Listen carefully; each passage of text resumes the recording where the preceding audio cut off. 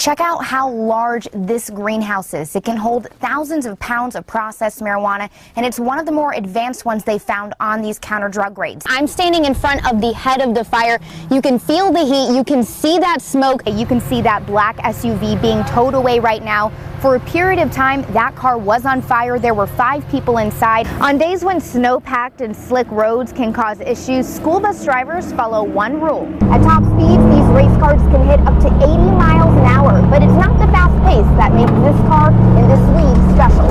I want to show you this line of cars. It's all those last-minute voters dropping in their ballots. The traffic here is at a standstill. It has been this way since the hour and a half I've been here. You can see people out of their cars here. More than 100,000 Oregonians could lose access to federal food assistance, and that's if the House and Congress cuts access to the SNAP program. So tell me what you're doing to protect people who really rely on that program to survive. I've seen 2 de-icers go up this road towards Mount Ashland in the last hour. Check out how large this greenhouse is. It can hold thousands of pounds of processed marijuana, and it's one of the more advanced ones they found on these counter drug raids. They tell me something like this can hold millions of dollars in illegal marijuana, which at the end of the day is why they want Governor Brown to declare a local state of emergency. It is greed.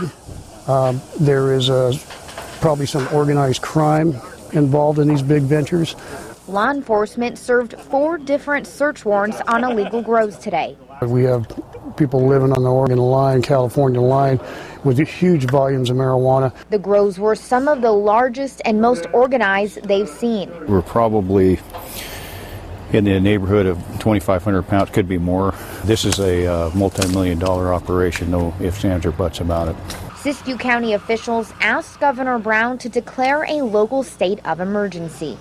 All this marijuana is going out into the community, they're concentrated, or we have no idea whose hands it's going to fall into. And we're just trying to do our part. Sheriff Lopi tells me he wants the governor to understand there are thousands of illegal grows in the county, and declaring a state of emergency could help teams tackle them faster. Large seizures like this, they're obviously illegal in nature, and this is a drug trafficking organization here. I think it supports the cause. Sheriff Lopi tells me illegal grows like this one don't follow environmental laws all the time either. Coming up on Newswatch 12 at 6, find out why this is more than just a drug trafficking problem. On the California-Oregon state line, Sionan Barrett, Newswatch 12. When this veteran reached the finish line on his tour of duty, his race was far from over. Now he uses this track to put some of his past in the rear view. When you go to war, it's an extremely high adrenaline for a long period of time. There's a preparation that goes into it in order to pull it off and make missions happen and succeed. And the race cars, there's a ton of preparation. At top speeds, these race cars can hit up to 80 miles an hour, but it's not the fast pace that makes this car in this league special. It's called Warriors on Track Pac West, a nonprofit that helps some vets land jobs in a professional pit crew. But for most, the racing is therapy, a way to rebuild the camaraderie lost after leaving active service. I can relate to them in a way that I can't with people that haven't served, doing something with people who have shared experiences and have, walked the same earth and done the same things. Warriors on Track Pac West gives veterans suffering from PTSD a chance to readjust and figure out what the best course is for them, whether it's in office or on the track. In White City, Sionan Barrett, Newswatch 12.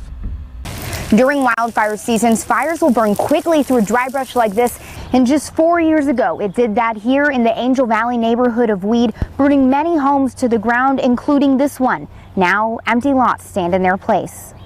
We're unable to come home, don't have a home. Empty lot after lot, more than 3 dozen homes still haven't been rebuilt. And these signs serve as an eerie reminder of what's been lost. They said a house went up on Pine Street, but they didn't say which house. It could have been any one of the ones on the street. It was a nightmare. The Lowry's home burned to the ground in the Bulls fire. It took me a good 6 months to come back to this property. Without fire insurance, For most people, having little to no resources to rebuild in a tragedy can make the difference between a total or temporary loss. We're going to have to rebuild out of our own pocket because we had no insurance. The house was too old. It was one of them old company homes. Sherry's grandfather helped build the home decades ago. He died nearly a year after the fire took the home he raised his kids in. Today, his family still hopes to rebuild, but until then, they'll smell the roses. And we got a little red one right here. This might be one of Grandpa's. Sherry's grandfather used to plant rose bushes at the front of the property, and now, all these years later, one stubborn rose is blooming again. We think that might be one of them that might have came back. Like the rose, the Lowry family hopes they can come back stronger too. In Weed, Sionan Barrett, Newswatch 12.